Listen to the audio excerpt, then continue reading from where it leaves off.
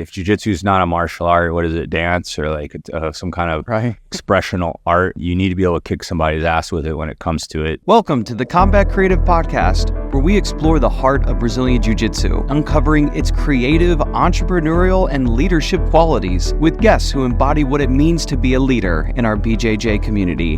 Now on 3, 1, 2... Everybody, welcome to another episode of the Combat Creative Podcast, and I'm excited because today we have on Jeff Messina of Houston, Texas, and Revolution Dojo. So, Jeff, what's up, man? Hey, how are you, man? Good. Thank you for coming on. One reason why I'm in Houston is I have a client here, and I'm here about 4 to 5 times a year doing work. And when I started jiu-jitsu, I had a friend who trained at a gym in Houston. He was here for it was like when you had that ice storm a couple years ago. Oh yeah, 21, I think. Yeah, and he is like an insurance adjuster. Yeah. And so he was here, and then he found out I was going. He goes, hey, if you ever go to Houston, you got to check out these guys at Revolution Dojo. So I messaged Jeff on Instagram, and he was like, yeah, come by. So thank you, Jeff, for always like letting me drop in and train. It's a tough gym. Yeah. We have that reputation. We're just doing it right, you know? But I should be tough, but with a culture that's friendly. I want you to come back. Exactly. Could you just share a little bit of your background, maybe about how you got into jiu-jitsu and how you ended up starting like these academies? Absolutely. So my first realization of jiu-jitsu is when the UFC first came out. And I think it was 93, right? At the time I was living in New Mexico. I saw this skinny Brazilian guy go in and kick everyone's ass, doing stuff that no one has ever seen, choking people with his legs, choking people with his gi, beating up multiple opponents in one night that were all bigger from traditional martial arts. Never heard of Brazilian jiu-jitsu. I heard of jiu-jitsu, right? But at that time in New Mexico, there was no place to train. I just kind of forgot about it until I moved to Houston. I moved back to Houston in 1996 to finish college, and after the birth of my first son. And then while in college, I met a friend that does jiu-jitsu, and he invited me to come. And that was actually in 97 when I started, and initially went in. It was a really tough guy gym. It was run by Saul Solis, who was one of the pioneers of MMA, and definitely in Houston, the godfather of MMA. But he helped Rico Rodriguez, Tito Ortiz, all the Hammer House guys, Mark Coleman, Mark Kerr, Kevin Randleman, all of them. So I got to come up under like in my first couple years. So it was more of an MMA school. Yeah, it wasn't a school that had hobbyists or just regular people. It's truly only the strong survived, and if you weren't there to train hard or you weren't any good, Saul would embarrass you.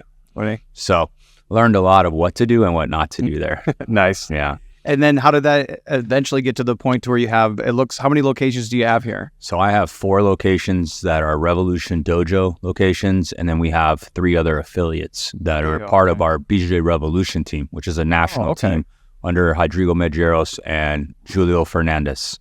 Did you help start that affiliation or anything? Or No. So it was created before I even trained jiu-jitsu. So we come from a Carlson Gracie background. Okay. My professor, Rodrigo Medeiros, is a 6th-degree black belt from Carlson Gracie Senior. So we have a connection to them. Nice. So basically how I got to that association, one of my good friends, and he was my coach and just all around amazing guy, Tim Crater, moved to Houston, and he took over our jiu-jitsu program. So I came to BJJ Revolution team through him when I was a blue belt, and been with them now for 22 years or something like that. Well, we don't have to dive too much into it, but share, you have a military background.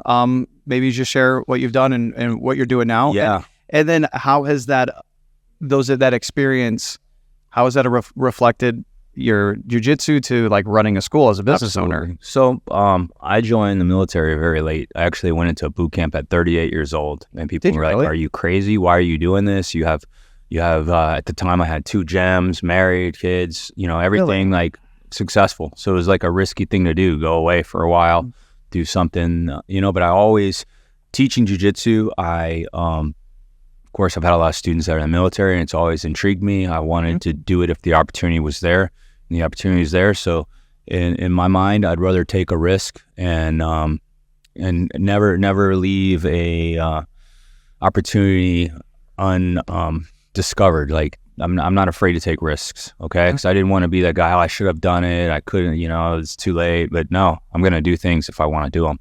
I didn't have the desire when I was like 18. Right. Wish I had the foresight to have gone in earlier. So I got in and I did about 9.5 years, and then I got out a couple years ago, and I just got back in last August. So in pretty much the entire time I've been in, I'm an infantryman. It's 11 Bravo, and I'm part of a airborne unit. So it definitely helps. It definitely helps my leadership, learning how to communicate, learning how to motivate people to do hard tasks, learning how to multitask, and just do things that you really don't want to do. Just builds a lot of resilience and discipline, and the training is hard. So I like it. It's challenging. It's nice to step away from. I'm in a leadership positionship in the military, but I have several layers higher than me. Yeah. So it's nice to not be the professor there, to be a student. I mean, even though I'm still a student in jiu-jitsu, but it's nice to have a long way to go in that side of things. And we'll see where it goes. I have about 1.5 years left on my current contract. I'm not sure if I'm going to stay in. Just play it by ear. You know, the world's a crazy place. Yeah, but it's been challenging, but it's been a good thing. I definitely don't regret it. Nice. You've been doing jiu-jitsu for a while. Mm-hmm. Do you have experience doing any other martial arts? Yeah. So I'm also a black belt in judo. I've done Muay Thai, boxing, everything. I fought MMA. I had 4 professional MMA fights, 2 amateur fights. When I originally got in, that was kind of my desire was MMA. Really? Right? Okay. And then I my first saw brought in a guy named Ricardo Barros, a Brazilian guy, and he was only a brown belt. But you got to understand, when I started at the time, there was only 1 black belt in the whole state. That was Carlos Machado, and the highest belt in Houston was a blue. So he really showed me the details of like gi, jiu-jitsu, and so much to do, and it was just intriguing. So I went more into that direction, even though I continued doing boxing and kickboxing. I still do a little bit of striking just for fun and to stay sharp. So I did fight MMA, but I never really had the desire to get to the UFC or have a big career in MMA. I just felt obligated as a jiu-jitsu fighter to be able to utilize it in any kind of situation, and no better place to test it than is inside a cage, So back in my early era, my generation, pretty much all the guys that were higher belts or wanting to be black belts or black belts fought MMA. Nowadays, a lot of the modern jiu-jitsu, some of these black belts that are really good would have a hard time transitioning to MMA. You don't really need to have strong takedowns. A lot of the jiu-jitsu is lapel oriented and stuff like that, advantages and point oriented, to where it's not as conducive as it should be or could be for MMA. Not to knock anything about sport jiu-jitsu, that's primarily what I like to do these days, and I find it intriguing, and I think the evolution of it is awesome. But I make it a point that all my students have a very solid foundation on self-defense applicable jiu-jitsu. So we'll train sometimes with strikes. I noticed that yesterday. You had some new people in the gym. Mm-hmm. You had doing other things. Exactly. Anytime someone new comes in, I'm going to make sure that they're able to apply it on the street, because otherwise, what are we doing?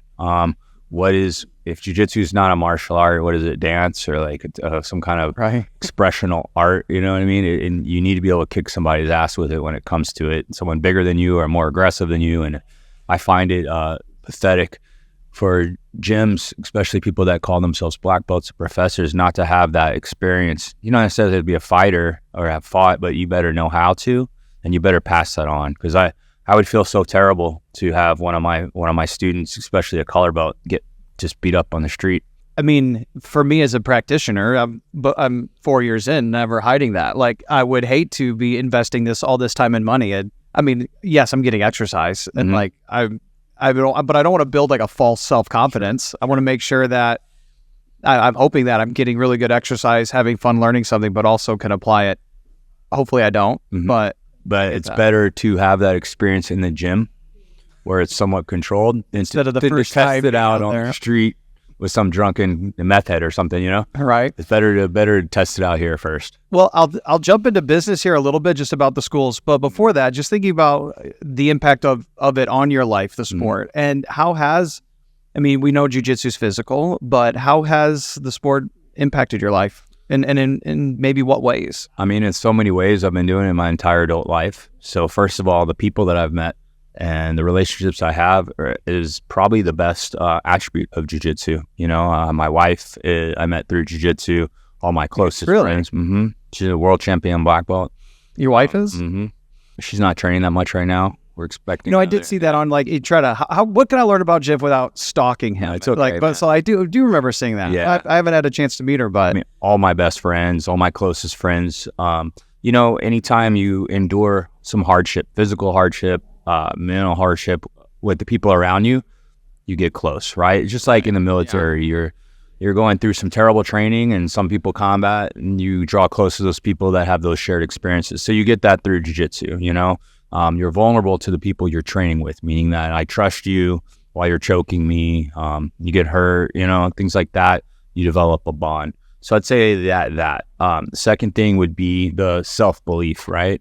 So I started getting good at jiu-jitsu. Everything else seemed a lot easier. Stuff in the military, college, business, all this stuff, they all help. One thing helps another in all aspects of life. You have growth in one area, other areas you have growth. So typically the people that succeed in jiu-jitsu, not always, but typically they're pretty successful at most stuff that they do. Because to be successful in jiu-jitsu, you need to have a hard work ethic, you need to be humble, you need to be disciplined and resilient. And those are all characteristics of a successful person. What do you think sets this apart from other? I mean, how long has Revolution Dojo been around? Can I ask that first? Yeah, absolutely. So this year marks 20 years. What prompted you to start it? Okay. And how do you see it being different from other gyms in the area? Sure. You probably have more competition now. Absolutely. So when we opened Revolution, there was definitely less than 10 jiu-jitsu and MMA schools in town. Now I believe there's over 100.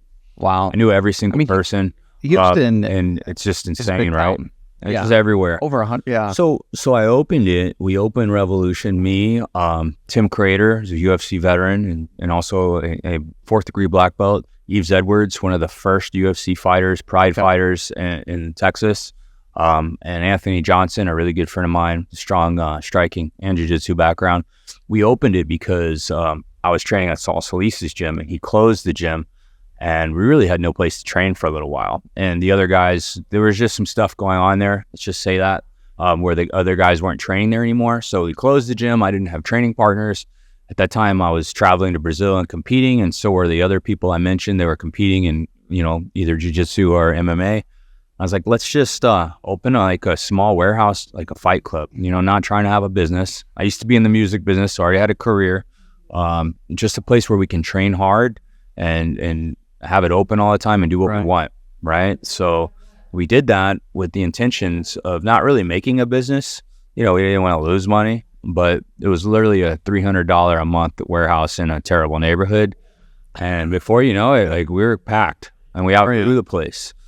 So moving forward about 3 years after we opened, let's see, it was 2004, 5 years after we opened, I had interest to move to Katy. I was traveling out here a lot to do private lessons, to teach private lessons to a student. And I was like, this is a great area. Yeah. Houses are affordable. Schools are great. And there's only one jiu-jitsu school in the area. And it was not a good school. Yeah. Terrible leadership, terrible professor. I'll just leave it like that. Yeah, it's like, I'm going to open one in Katy. Yeah. But still be respectful, not put it next to him.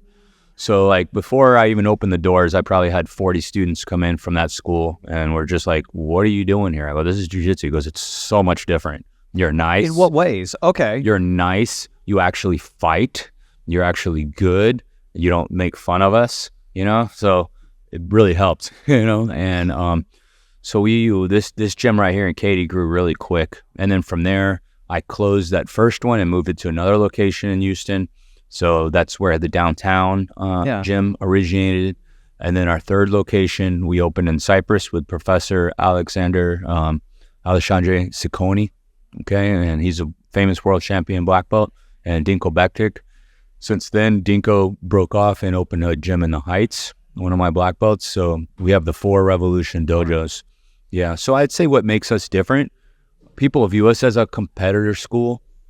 We have, good results in competitions. All my coaches, I pretty much I don't have to demand, but they do. They all fight. They all compete. I think I don't expect that from the students, but I expect that from the coaches and the higher belts, to at least sometimes, right?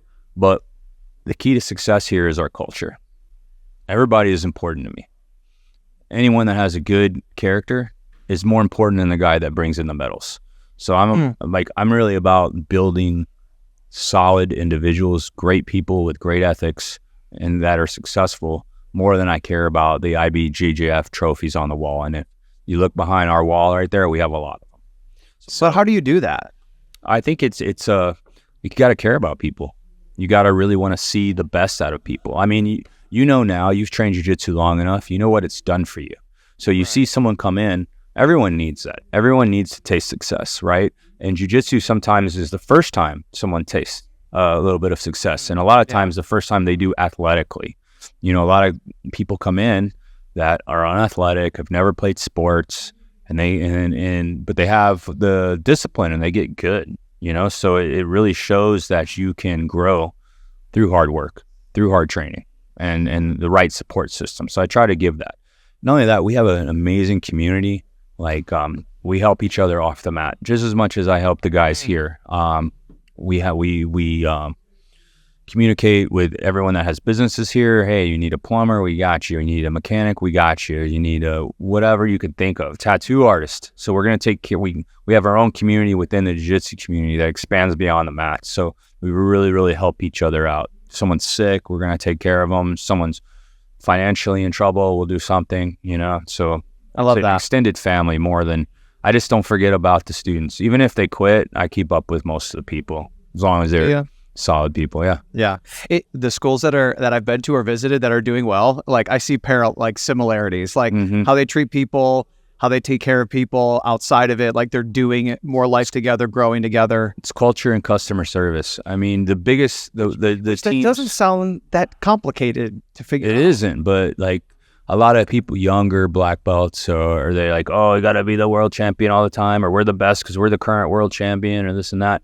The biggest schools in the world that win the most titles, Atos, AOJ, whatever other name that is the new one, the majority of their student body are hobbyists, regular people. Right. They might not be making the video highlights. They might not be the ones that are showcased on the Instagram pages and stuff like that. But that is the backbone of every Brazilian Jiu-Jitsu school. And if you argue with me on that one, you're wrong. I mean, there's only a couple of people in the world that could have a horrible attitude toward their students, like that 1% of the coaches or professors out there where people would still pay them a lot of money to go train with them. There's only one guy or two guys I could think of in the world that he could make a living off of that, because he's attracting the one or two top, players in the world. And then everyone thinks, well, I need to go over there. Go over there, you're going to be ignored and mistreated because you're not that world champion. And that's not what this is about. Well, I mean, just by going online and seeing this location, I was just on your Google and to come here, your Google page, and there's photos, 60 people's on this map pretty regularly, it looked like. And even from the people I've trained with over at your Houston location, you've said it, but they've said as well, hey, have you been over to Katy yet? Yeah, so Katy is our headquarters. It's our biggest location. It's one of the biggest schools as far as enrollment in the country, for sure. Yeah, you told me that last time I was here. Yeah. I mean, I don't know everybody else's numbers. Of course you don't, but you've been doing this a little while. And I don't run ads. Really? Okay. Yeah. It's mostly word of mouth and internet searches and things like that, referrals. And well, I think that's because of those two things. One of them was customer service, and the other one was having good culture. I'm just curious, you are one of the leaders, but being in the position that you are here, how do your personal values affect building that culture? In what way? Because you have a family, you have other things outside of this. I mean, it's easy for me because it's not phony. I care about people. I want people around me that have integrity, that are out to take care of their friends and family. I've kicked people out that are very talented in jiu-jitsu. Have you? But they've made poor life decisions, and I don't want that. I don't want to have that cancer in the gym. Yeah, speak to the importance of doing that. What if you don't? What if you didn't? What would it look like? Causes problems. People will start leaving because this person is making bad choices or treating people poorly, or they'll erode the academy from within, and sometimes you don't really see it. So as soon as something like that happens, I usually give someone a warning, or depending on what it is that they've done, I'll just boot them right away. I don't care who they are. And that's one thing I know a lot of the students appreciate, that I won't tolerate bad behavior. To anybody who may be listening, who maybe is a student and in that situation, like, what advice do you have if you're experiencing something with maybe an individual like that? What's your advice? You need to communicate with your professor. Just go to them. You need to communicate with your professor. And if they don't do anything about it, if it's a legitimate issue, you're at the wrong gym. 100%. You're at the wrong gym. And I know people have a loyalty and it's uncomfortable to quit, but man, if someone's treating you wrong, you are paying. We have to remember that we are providing a service that people pay for. Yeah. And I want to make sure that the women and children are safe here, and that everyone feels important, that this is a place, this should be the best part of your day, the part where you can decompress, you can open up, have fun, have good training, and leave a better person, not have a bad experience that turns you off from martial arts, but really hurts you as a person. And that's what you can't have. So that's just the way I live my life with everything that I do. I am a Christian, but even if you're not, you can have good values. Right? So, I mean, I have students and friends that are from all kind of different denominations or no denomination at all. And I to me, I treat them like family, you know, and I don't get too preachy on them unless we have a personal talk. Yeah. But when you think about somebody, 20 years, I want to ask you, can you think about, you don't have to say names, but can you think of an individual or some people that you've seen that like positive change or impact on their life? Tons. Obviously, let's talk about the physical things. I've had countless students lose 100 pounds plus. Really? I've had people come to me that are suicidal or that have attempted to commit suicide, and they found some purpose and meaning with jiu-jitsu in their lives. Yeah. People have met spouses here. You know, it's not really, that's kind of a controversial topic to be dating in the gym, but But if you're doing life with people and you're meeting people, right, that's bound to happen. So, I mean, criminals come in and reform their lives. Really? All kids getting bullied come in. Yeah, that's a big one. These are all like things that I've seen change, through people, physical and emotional and even spiritual. People have come to Christ from the gym. I mean, my faith grew from one of my own students. And that's really the bigger battle. Oh yeah, that's really the biggest battle that any of us can fight, is the spiritual warfare that's going on. Just looking into the future, do you, what does it look like for yourself in Revolution Dojo? Any more locations or just, I have no vision of making this the next big franchise gym. I do like to provide opportunities of people that are worthy, like Dinko, and Colony, Jaime.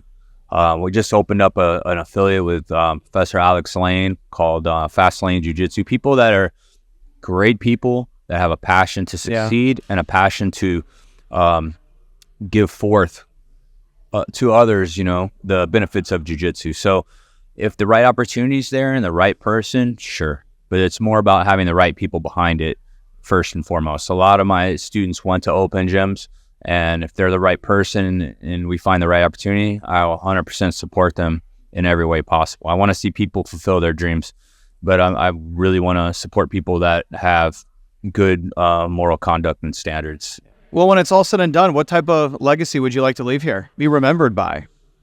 An academy where people's lives are changed on and off the mat, where people use this as a catalyst for success. We have multiple world champions that trained here and won all the things, but to me, that's the least important. Maybe in the beginning, that was the thing, right? That was the objective. But right now, I just want to see people succeed in life and utilize jiu-jitsu as a catalyst to see that growth. Love it. So I'm going to end it with a fun thing, a little more lighthearted. I just got a couple rapid fire questions. I've been getting questions from people like, what are questions you like to ask your or any professor? So all right, let's end it with some fun. So real quick, Jeff, what is your go-to submission when you're rolling? Whatever one I find, I'll tell you. I mean, like a black belt. I mean, whatever that's presented there, I could tell you what my most common ones are. Probably invert, or they call it elbow crusher arm bars, invert arm bars, triangles, S mount arm bar, bow choke. If I go back and look at all my like matches and stuff, those are the ones that I'm usually going to have a high percentage of finishing. Do you have a BJJ idol or somebody you really respect? Yeah, there's a lot. Of course, all the people that have helped me come up, Rodrigo Medeiros, Tim Crater, but people that maybe I haven't even trained with that I really, really admire. I always loved Jacare. Like his style was like someone that I like try to emulate a lot. I liked Salo Ribeiro a lot. I like people that have powerful, good judo and good groundwork. Adolfo Vieira, Cyborg. I tend to like the bigger dudes for whatever reason. It's a little more power, more aggressive type of jiu-jitsu.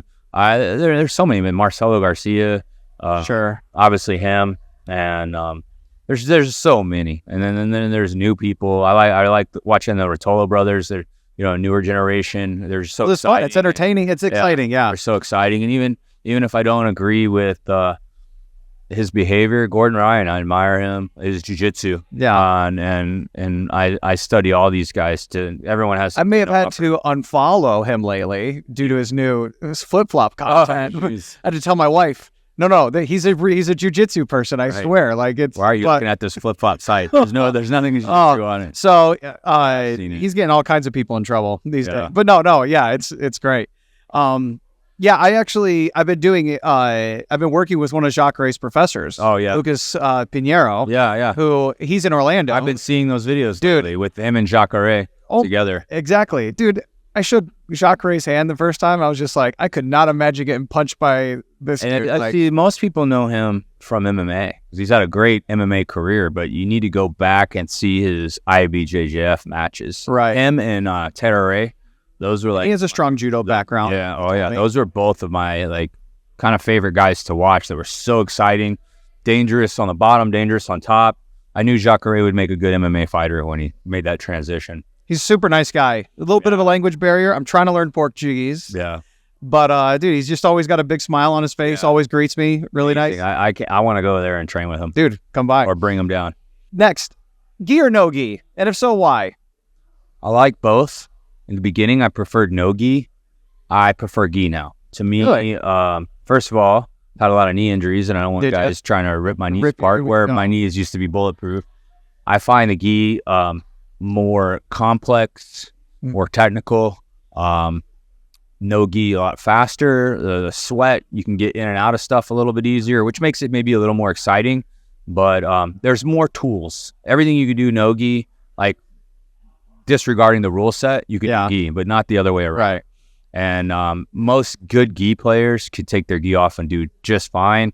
The other way around is a little different. And then people say, or self-defense. I go, unless you're getting in fights on the beach, I see a guy with a pair of jeans on, I see a guy with a belt on, a t-shirt, whatever. You can make that work. Yeah, 100%. I like both.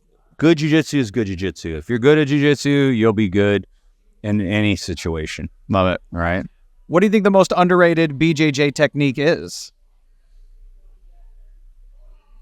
I could tell you that like a lot of the fundamentals are being skipped. There's kids that are doing barambolos that can't escape mount. Just the basic stuff like that. And the fundamentals I think are what's being neglected these days. Because with the rise of the internet, and people are wanting to learn the flashy, cool stuff that they see online, and they're going to stifle their growth by skipping the fundamentals. So I've noticed that now that I've been a part of two different ones, I could do a rolling bow and arrow, but not pass a guard. Yeah. And I'm like, passing guard and really the fundamentals are the stuff that needs to be gone over the most, and they're the hardest. Like you can't escape side control against someone bigger than you. You can't hit your new Verata Plata or whatever. Right. You can't. That's one of the things I'm enjoying most. Guard is super hard. A guy that has a very technical guard, very difficult to pass. That's one of the things I'm enjoying right now is I'm actually going to all the fundamentals classes, and I'm still a beginner, but I think that's why I'm enjoying in the jiu-jitsu a lot right now is because I'm just trying not to think about too many things and just focus on having a good foundation, because I'm not a flashy person in general. Yeah. Most everything I do in life, when I played soccer at a high level, it was like, okay, I'm not going to be the best scorer, but I'm going to be able to pass with both of my feet equally. I'm going to be able to, those fundamentals were super important to me. Okay. Just a few more. Belt promotions. Do you do it solely off skill, or do you put other factors into consideration? A few things. First of all, the knowledge base, skill base has to be there. That's the bare minimum. If you can't do the technique that's required, you're not going to get it. Second, not in particular order. Second would be time and grade, right? I don't care if someone comes in that is amazing. I'm not going to let them skip belts or push them through the system like that fast. Third, character is everything. Okay. I'm not going to have someone come in that's trash off the mat and have them represent our sport and me. Yeah. So all those things, and just also I'm looking to see people be the best they can be. I can't expect a guy that starts over 50 years old with a hip replacement to be an active competitor, but he needs to even compensate that then by having the knowledge, having the understanding and the mind for it. So, and the same thing, if I see a very young athletic guy, he needs to go compete. I want everyone to get out of their comfort zone. Yeah. That's a big part of it. What's the worst advice you've ever been given in jiu-jitsu? That's a hard one to answer, man. I think I'm a victim of it myself sometimes, of training hard all the time and winning every sparring match, not playing enough, So Okay. Fight like you train. I think for the longest time I've overtrained and trained too hard and had too much ego while I'm training. In the sense that I got to win every round kind of thing, instead of opening up and letting people move more and trying things to leave me more vulnerable, because that's where the growth is.